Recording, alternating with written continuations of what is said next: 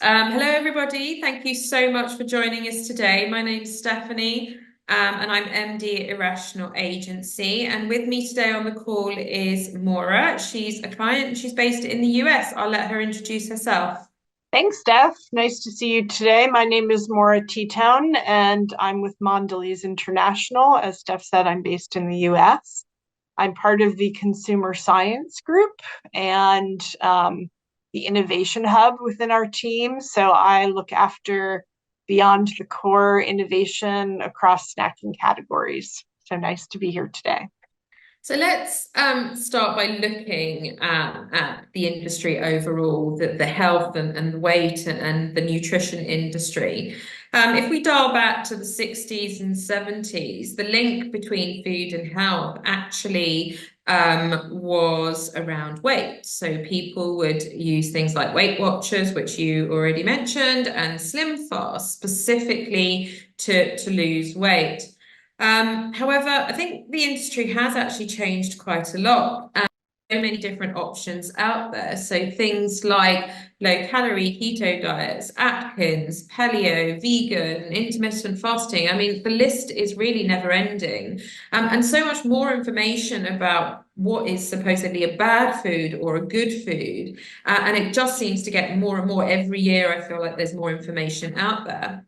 But interestingly, we've seen this emergence of these personalized nutrition trends and brands. And the example we've put here on the screen is Zoe specifically. So these products actually claim that because we are all different, and in this case, our DNA is all different, therefore the solutions cannot be a one size fits all solution. Now, how have Mondelēz looked at this industry and this market as a potential, Maura?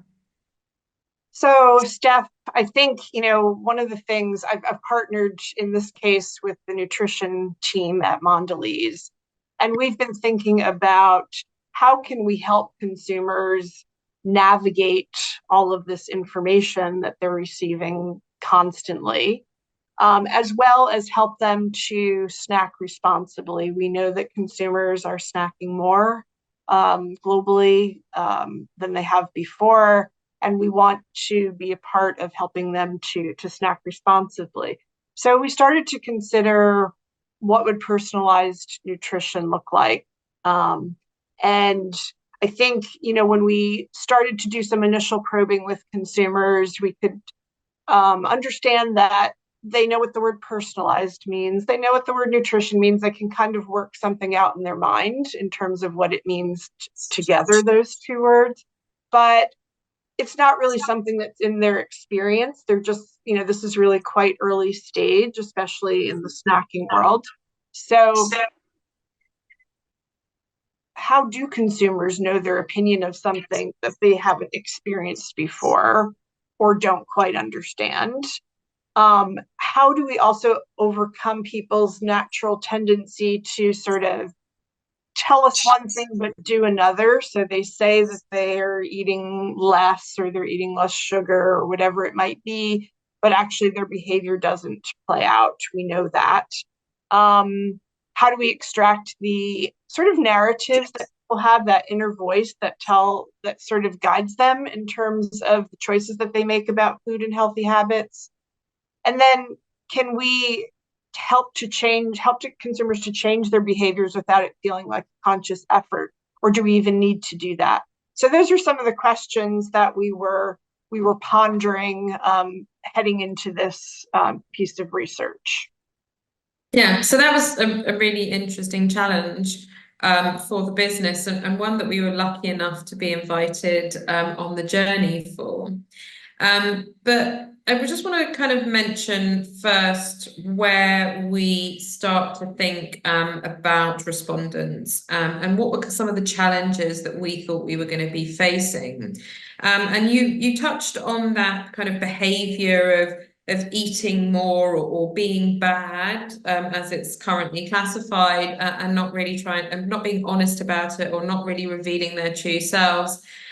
And the reason why, when we ask people directly, they might actually tell us, yes, I'm healthy and I'm this person on the left-hand side, is because for such a long time, and even from right back to our childhood, we've been taught that actually all those things, the pizzas, the burgers, the crisps, the chocolate cake, all of those things are bad for us. So when you ask somebody directly, they're always going to want you to perceive them in the best light possible. So how do we, as researchers, untangle that desire and that aspiration of the person on the left, or to be that person on the left, and the reality that a lot of people tend to fall into that person on the right? And how do we get them to be really honest and tell us how they make those choices about their nutrition? But to take a step back, what we need to understand about people is that we're driven by a really complex combination of things. Now, there's things that we were taught when we were growing up, and this can actually come from our parents, our environment, or even nowadays, schools are starting to teach, and to educate children about nutrition and what is good and what is bad for them. There's also those things that make us feel good. So that kind of, feeds into how we make our decisions. And then there's the things that we consciously look to understand. So understanding different diets like intermittent fasting, or understanding certain rules as to when you should drink, when you shouldn't, should you eat carbs at night, all of those different rules we consciously try to understand and we consciously try to implement into our day. And then there's the unconscious things that we absorb. So information that isn't really obviously trying to communicate something, but actually have been designed to do so. Now, from these different complex inputs, we actually create stories in our minds. And in this piece of research, we started to untangle what some of those stories were, to help people justify some of their behaviors. And on the screen, I've just shared a couple of those stories because I think they're really interesting and they're a broad spectrum. So, for example, I've been good all day, I've been good all week, and I'm allowed a cheat day. Or things like, now I have children, I need to take better care of myself and my health. And all these things were things that we were hearing people say. But actually, what they were telling us was what they had learned over time, and which parts of their decision making were being driven by those complex inputs.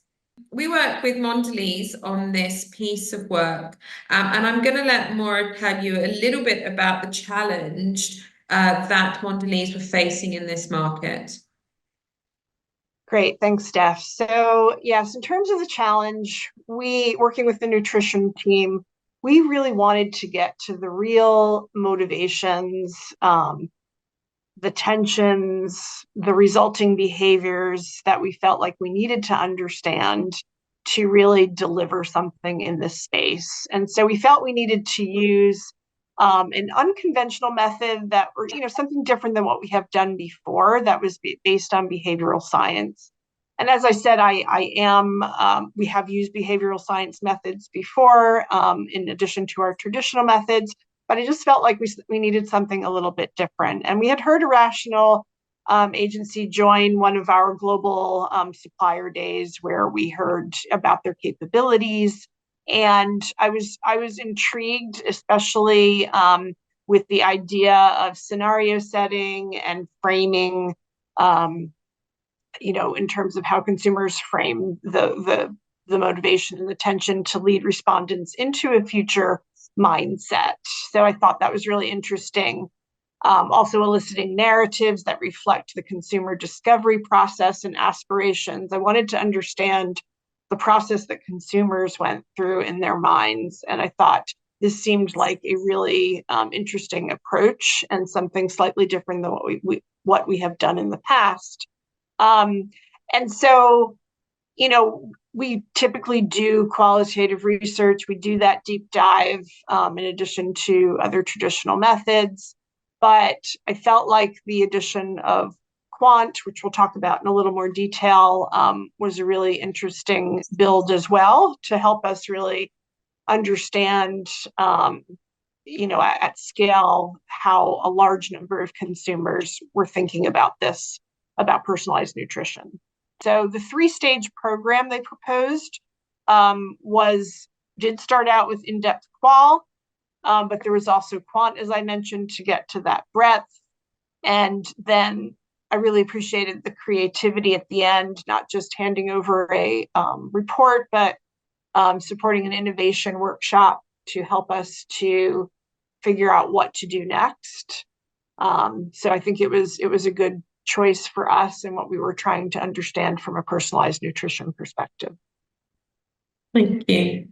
So I'm going to tell you how we tackled this particular piece of work. So Maura mentioned there was 3 stages to it. We started with qual, narrative qual. We then went into narrative quant, and we then closed with a creative session at the end. But the first stage was our narrative qual. And while we realized that Mondelēz had quite a lot of information on the topic, we realized that actually we needed to start this by taking a step back and really understanding personalized nutrition, the role it was playing for people, and how they felt it was relevant to them and how they were making it relevant to them.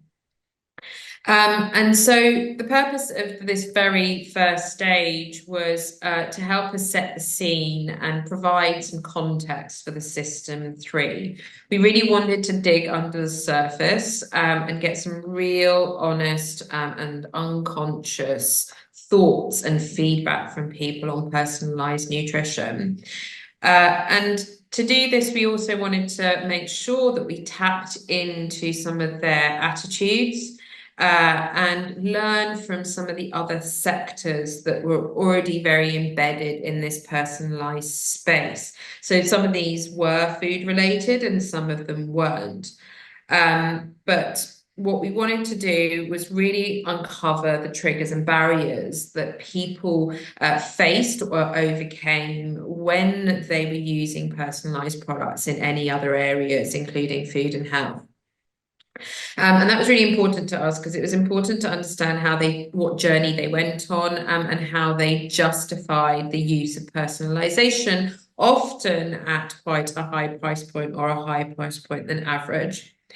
And so we then also tried to uncover what people understood about personalized. So there was this idea that there was customized products and personalized products, and it was really important for the business to try and understand what the difference was between the two, and how far people were willing to go to get something that was personalized to them, what they were willing to give up, particularly in terms of their personal information, to a business to actually get a product that was personalized and tailored specifically to them. Now, the format of the narrative qual were 90-minute depth interviews, one-on-one. And we developed a discussion guide that really focused on getting people to be truly honest. But we also wanted them to have a particularly enjoyable experience, because if they were having fun, we knew that we were actually going to be getting better information from them. But it was really important that we not ask direct questions. We established at the beginning of this webinar that when you ask people directly, they were always going to tell you or give a perception of themselves that was aspirational, or somebody that they felt was a good person, which is somebody who ate healthily or ate clean. And so what we wanted people to do was really tell us their true stories around food, and even reveal some of that what not so good or almost naughty behavior. And so we started by asking people to tell us emotional stories about food. And we did this by showing them images that were quite emotive, but not exactly showing any people. They were more images, and asking them to talk about food using these images.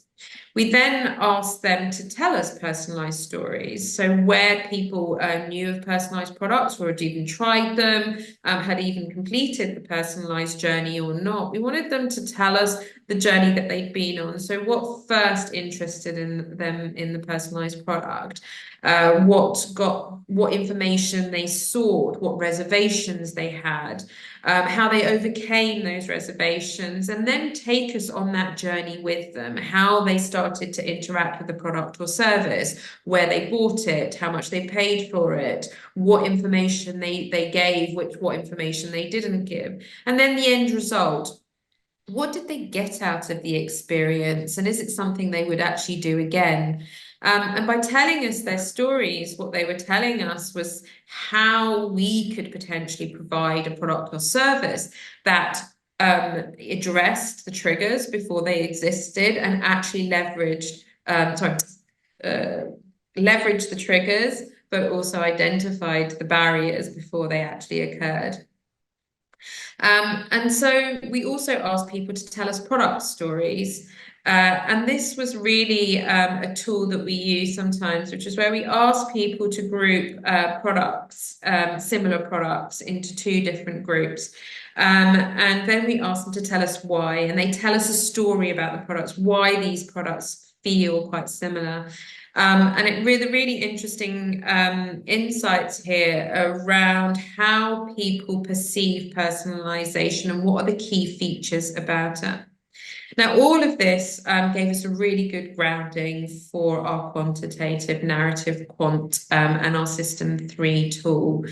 And our System 3 tool was really important to this piece of work because, like so many businesses, particularly big businesses like Mondelēz, we know that qual is really interesting and really insightful and can provide a lot of information, particularly when developing new products and getting that real insight from respondents. But unfortunately, it sometimes lacks the robustness that provides big businesses with the confidence to continue to invest potentially even millions of dollars in new products or taking a business in a different direction.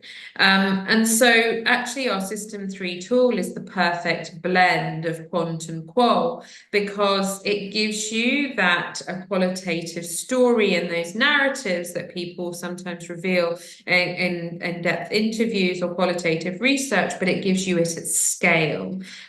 And what it allows us to do is really delve into the three key areas of decision making. So we are able to tap into people's automatic behavior, that's System 1. So those things that we can't really articulate but are driven by sometimes our unconscious biases.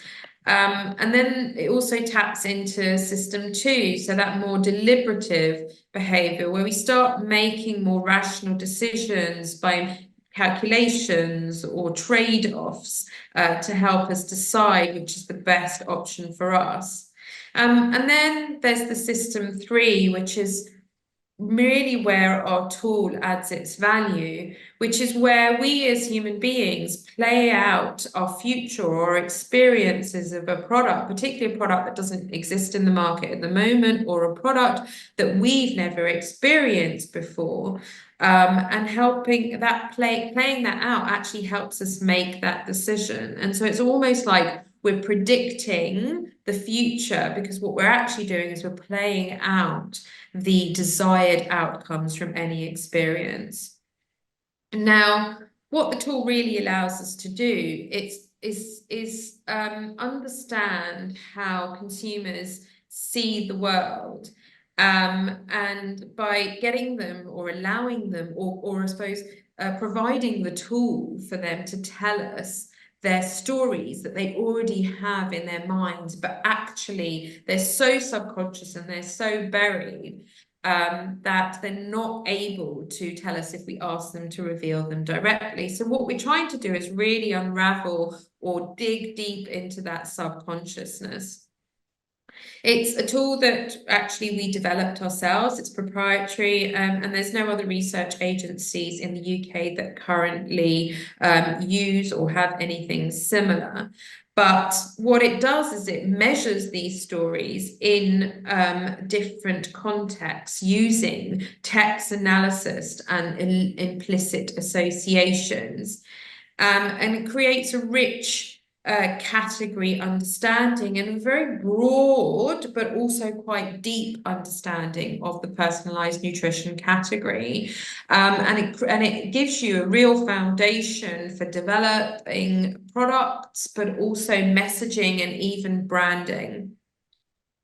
But there are three parts to the System 3 tool. First, it's about scenarios. So in this case, we had 12 scenarios. And what a scenario is actually where we immerse people in a moment. We immerse people in a decision-making moment, which is related to their health. And there was an example here. And then we have a word association. So we ask people to tell us what these moments bring to mind, what they trigger in their minds. And we asked this a couple of times. So we asked them at least four times what these moments trigger, what these words trigger in their minds. And so by doing this, what we're creating is a substantial amount of data, thousands of data points to allow us to create those unconscious links between words, which ultimately build the stories. And then at the end of it, what we ask them to do is link it back to a desired behavior. And in this case, it was personalized nutrition. So by linking it back and taking it back to the desired outcome for Mondelēz, we were able to understand the story that would actually make people choose a personalized product. Now, what did we actually get out of this? Well, we got meanings. Now, it was really important to understand how to communicate personalization to consumers. And so by understanding what the different words could actually potentially mean to people, we could do a couple of things. We could leverage the words to create links between different concepts or different products, and therefore making it broader and more inclusive of more concepts and more ideas. We also identified mindsets. So often when people were making a particular decision, they fell into different mindsets. So here, for example, we had process or expertise or health, and those mindsets were really important to trigger when talking about a product. So if we were able to touch on all three of those areas, we were able to resonate with people's mindsets when they were thinking about personalized nutrition. It also identified aspirations for people. So, for example, people wanted things that were nutritious and natural, but they weren't really willing to compromise on the idea of taste and enjoyment. So we had to make sure that anything that Mondelēz were thinking of offering consumers actually touched on all those four areas. And ultimately, it allowed us to identify stories and narratives that were emotionally rewarding to people. Now, we know that obviously we can produce products that actually meet needs, but we also know that we need to emotionally connect with consumers.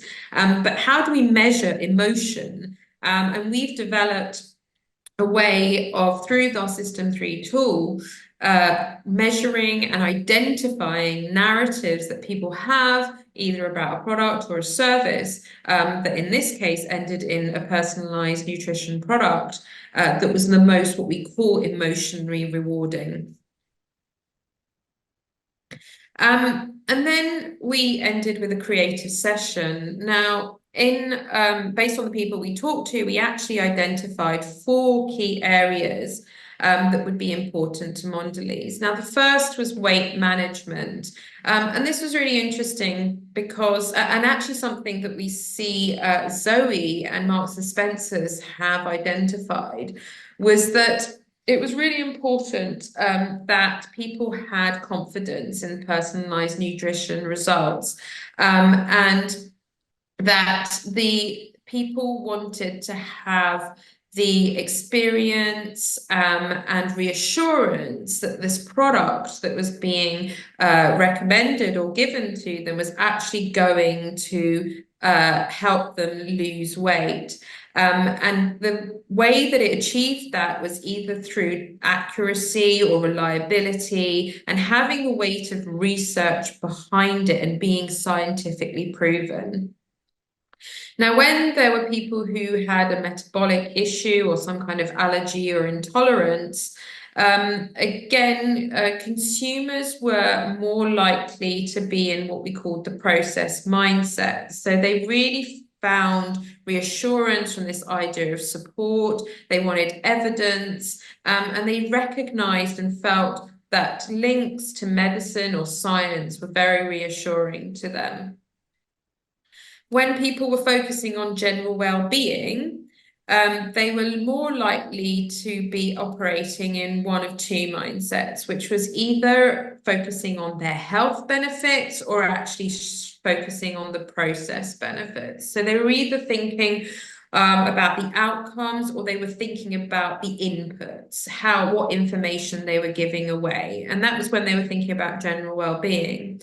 And lastly, when they were thinking about their general health, so wanting to be actively or physically fit, they wanted reliability through expertise, but also this is where innovation came in, like the watch. This is where they really focused on things that were different, things that were based on technology.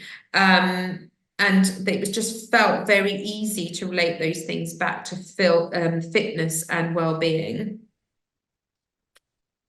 So Nora, based on the research, do you want to let us know what the outcome was for the business? Sure. So I would say, from my perspective, the results were quite eye-opening in terms of truly taking a more consumer-centric approach to personalized nutrition. I think, we have long been following consumer-centric sort of processes in our research.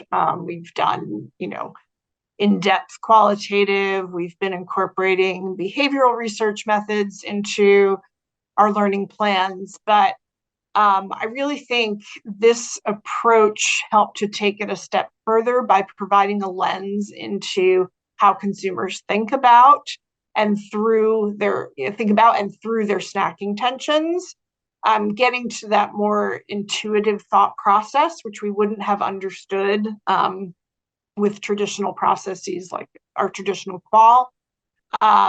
So I think, for us, the primary mindsets was key to understanding how to deliver a personalized nutrition offering depending on the different consumer segments. And so understanding the different segments was also important in terms of how they think about, what the processes that they go through in their inner narrative in terms of what's important, like process or, like health. Where does their mind go first? So in terms of the personalized nutrition project at the moment, we decided to actually take a bit of a pause for the moment, just to sort of rethink what our next steps would be. But I have no doubt that we'll explore the method further in the near future, as I thought it was really, like I said, got us sort of that next level insight that we would not have gotten otherwise. So appreciate it. Thank you very much. That's the end of our presentation, and I think we'll go to questions.